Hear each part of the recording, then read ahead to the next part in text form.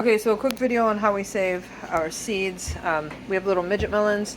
That's what these seeds. Yeah, that's what these seeds are here. These are from a super ripe, delicious cantaloupe we just cut. Did not get that on horizontal film. Did get it on vertical. I'll put it in after this. Okay. No, don't cord it. It's soft. It's very soft. It's very ripe. Despite the greenness that you're seeing. Oh, that looks beautiful. It's perfect. Oh my god. I mean, they only broke. I mean, yeah, it's put it on the split. There's a little couple bugs in here, but we'll just cut that part off. Look, he's still in there. Yeah, like that. They barely even got in there. Yeah, we'll just cut the bug part off and the rest of it. Very handy. Oh, delicious. He's in the hole. It smells pretty good. Mama, you can eat Yeah, that was pretty. That's a perfect cantaloupe right there. Perfecto. Look, good. It's animal texture. That's good. I wish y'all could smell this. We don't have to kill. Actually, there's that cantaloupe I was just talking about. We just we cut it. Elias cut it. We just harvested it from outside. That canary melon right there was the last video. I'm only halfway through it. But that's... Go ahead. What? You want to say it? Yeah. Here's another cantaloupe seed. The other cantaloupe seeds. Yeah, these are the canary melon, the honeydew like melon seeds. So and they all I'm just about to save them and kind of show the process of that. Yeah. And they gotta have another cantaloupe. Yep. First step, little sifter like this. Is this Hold on. liquid food? Yeah. Hold this for me. Thank you. And then we get the seeds. Put them in. Hold on, wait, baby. Okay, so I got them all in the sifter, and then I just give them a good wash and take out like the really big chunks. I don't want that to be running continuously. It's kind of difficult to do with one hand. Okay, you take out just like the big chunks like this. So you see all this in here. I'm gonna stop the camera and do it real quick. Okay, I got all the big chunks out. You go ahead and turn the water back on, baby. Thank you. And I just give them put the spray on. Put the spray on. There we go. Just give them a good rinse. Wait, no. Stop. Let go. Thank you. You're spraying it all on the floor and everywhere. This is wasting more water than I like. Go ahead and I just give them a good rinse. Turn it off, baby. Turn it off. I could have some kind of bowl that I stick these in, which is what I should have done. No, I'm just recording a video real quick, which is what I should have done, but I didn't this time. There's a couple of the other big bits you just want to take out. It just makes it easier. And these actually came out much cleaner than the little midget melons. These actually came out much cleaner than those midget melon ones. So I might not even... Now I'm going to go ahead and do the second step. But what? Here's our newest sunflower oil. Okay. Yeah, so let me get to the next step.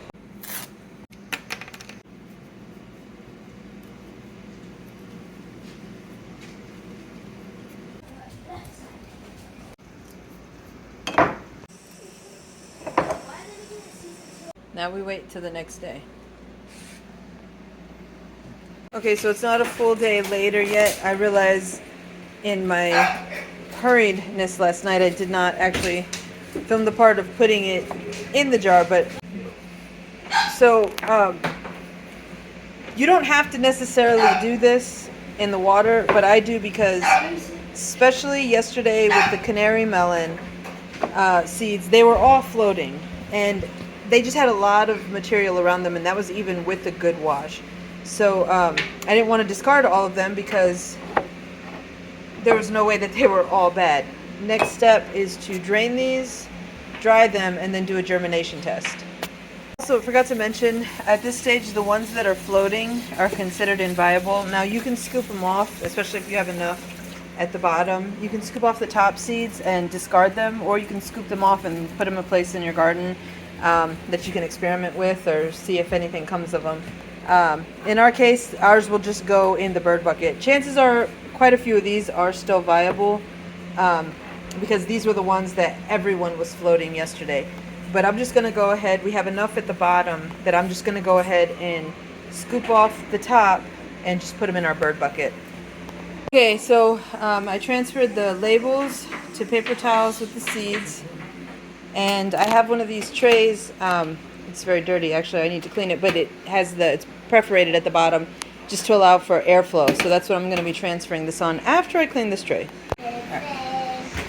Okay, so the next step now, like I was saying, I got the tray clean. I could get these paper towels, get another paper towel that's way more dry because it's pretty, initially pretty wet. But I'm not going to do that because it's not necessary and I don't want to waste paper towels. I'm just going to set them over here on this perforated rack, or tray rather.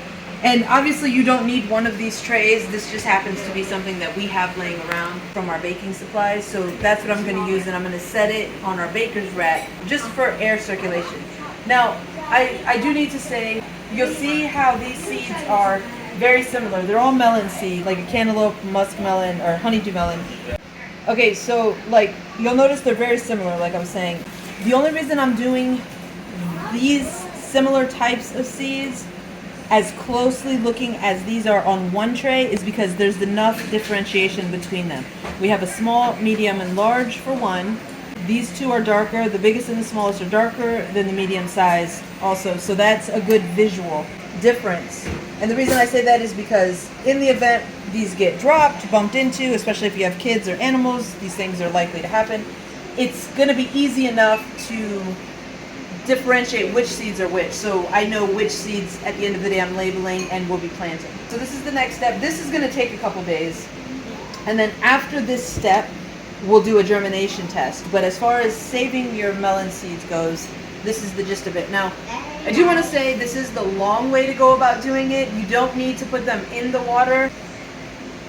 This is the long way to go about doing it, and it's not necessary. I personally like doing it because particularly when there's a lot of meat on the seed and I just don't have the space to have this many seeds with the flesh or the fruit on them. I have very often scooped out the meat and just smeared it on a paper bag like this and put it on the baker's rack, labeled it, and completely forgotten about it. Come back and all of the fruit at that point has been dehydrated, dried up, and they're perfectly viable to use. So you can do it that way as well. This just makes it, I'm trying to be a little bit neater, a little bit more cleaner with my seed keeping. And the key here though is to keep your seeds good and dry. And once they're thoroughly dry after cleaning them, or after getting them actually out of the fruit, the key is to keep them dry so then they're completely dried out by the time you put them in storage. So that they're completely dried out by the time you put them in storage, because if they're not, then they get moldy and disgusting, and then you lose the viability of life in the seed because the mold eats it. So next step, like I said, will be germination testing. We have a long enough season here in Texas where we're at right now, zone 8A. It is July 14th. We can still get a whole nother crop of melons, of pumpkins, melons, and a bunch of other things. I mean, we grow out until November, really, is when we start to get first freezes or frosts. But anyway, so yeah, that's how you save melon seeds, or at least how we do. Again, take it with a grain of sand and try it out, see if you like it. It really doesn't have to be this complicated. This is how I wanted to do it with this particular seed harvest, because I had so many to save. I didn't want to have a bunch of bags with, drying fruit, fermenting fruit spread out in my baker's rack this time of year when there's a lot of fruit flies we're already combating in general. That would just, I didn't want to do that. So I went about this way and did it this way. So yeah, that's it. Thanks for watching, following along. I hope you found something useful. If you did, or if you didn't and you just like to follow along, don't forget to, what is it, Zion? What do you say? What was the thing you said though? Smash like. Oh yeah, smash. Don't forget to click the like, and subscribe. Yes. Thank you so much. I don't know. You didn't say our motto, Mom. Oh, little by little. I don't remember. Why are you zooming? Wasn't zoomed in. Just remember, little by little by little equals a lot. Little tiny steps that you take every day towards a common goal, over time, compound and add up. That's what we mean by that. So thank you so much for watching. Like and subscribe and come back next time.